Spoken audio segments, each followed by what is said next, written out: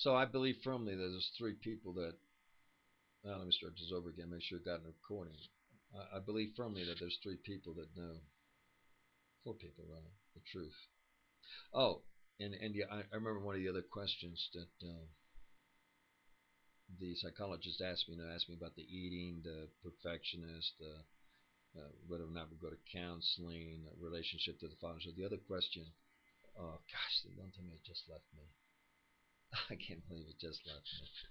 Um, oh, it'll come back again. All right, all right. Can't believe it just left me. Okay.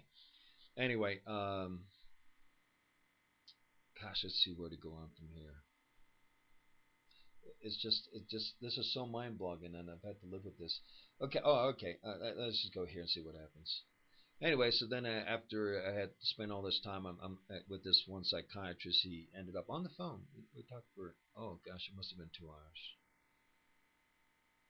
Unbelievable. He gave me the time. And I mentioned to him the fact that you had referred Marisol, your mother had referred to her father during our marriage multiple times as her husband, and did so after we had been separated and all that. Compared me as a husband to your grandfather being to her husband. Let me tell you something. The male psychiatrist, he said to me, I've been in psychiatric and helping people out for I don't remember how many years, 30, 40, I don't know, whatever. And he said to me, James, this is the first time ever that I have heard someone tell me that the wife described their father as a husband to her. Mind blowing. Mind blowing. All of that, see? See? You put it all together. What does it look like?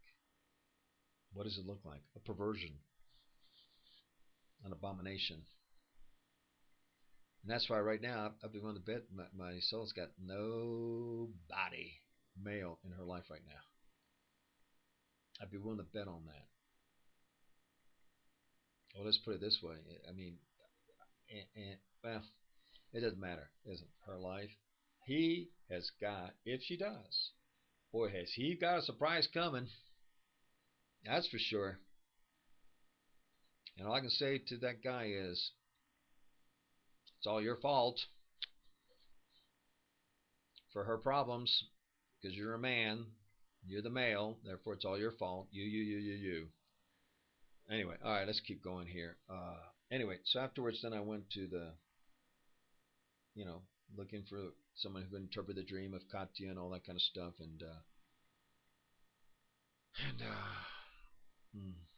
they, anyway, went to the lady psychiatrist on the phone.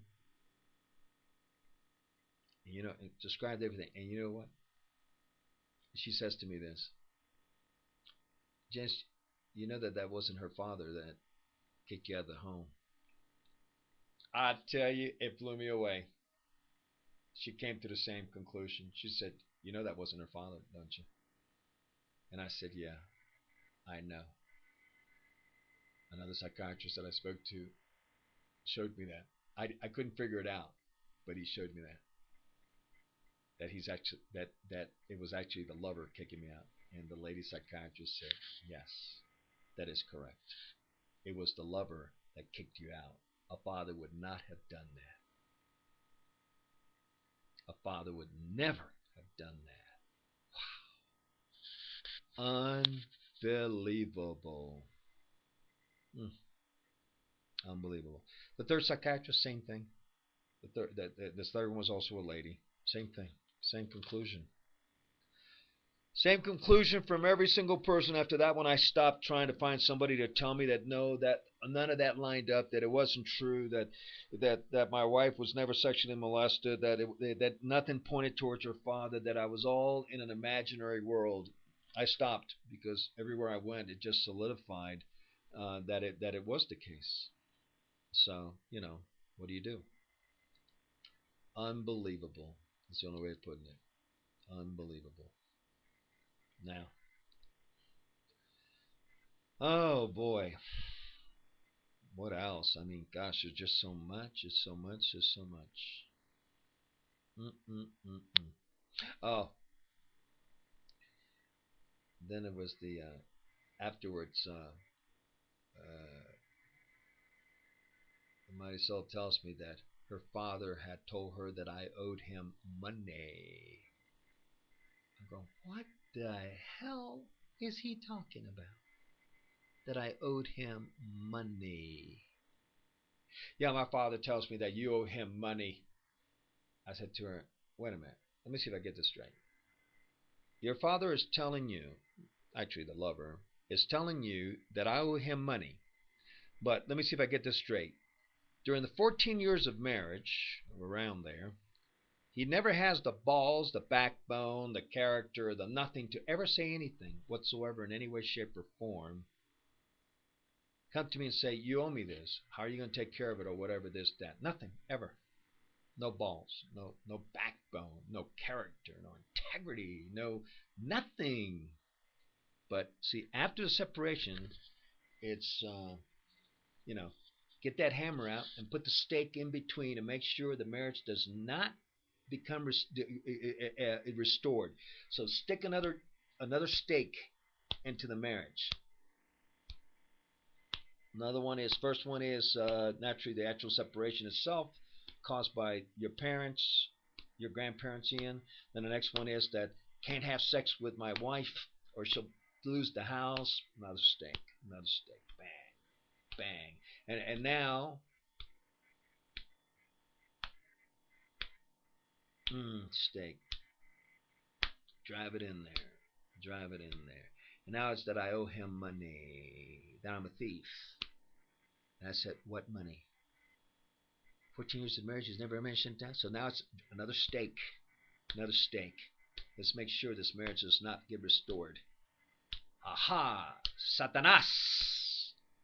Working through your father. Gladly accepted by your father. Okay. So I said, that's not the case. How can that be the case? Your father made money with me. That's a fact. That's a truth. Your father did a couple of investments, a Slick 50, and he also bought stock in Drax, company out of Texas. To my recollection, your father made over $10,000, 10, 11,000. It was over 10,000 if I remember correctly. He told me. And Slick 50, I think he invested like $2,000. He got some of that back. He didn't get all of it back. But see, you got to look at the whole picture. In order for I to have taken money for him, he says that I owed him money. Well, the investment in Slick 50, no, some investment in Slick 50. Some money came back, some didn't. Okay, that's fine. Short, no problem. But then you look at the other investment. You see, you got to put it all together. You got to put it all together. That's what I told Monty. Okay, father made over 10,000, and you know what? Ian, your mother said, "Oh, you're lying. He didn't make any money with you. You're lying. My father didn't make any money with you." See, there we go again. Is with the father lover inside, back here in the brain, the relationship. No, my father says you owe money. You owe money. Nah, you're lying. Well, your father's a liar. Busquets, your father's a liar. I don't owe him anything. Show me where I owe you the money. First, start off with how much money you made on the Drac stock, which is over 10,000. Where in the hell did you ever give me more than $10,000 that I owe you? You'd have to give me over $10,000. You never gave me over $10,000, George. Doctor. You never gave me. So show me. If you can show me and prove to me that you gave me over $10,000 and you didn't get back, because you got to subtract the $10,000+ that you make from the Drac stock from whatever you say. And first of all, you would have had to have given me over 10,000, and you didn't. You're a liar. But again, what's it all about? What's it all about? What's it all about? Drive that stake in between. Make sure they don't come back together. Make sure they don't have sex back together. Make sure he doesn't spend the night. Make sure he can't stay there very long. Yeah, that was something else your mother said to me. Can't stay very long. Oh no, you can't spend the night on the couch because my father drives up here in the morning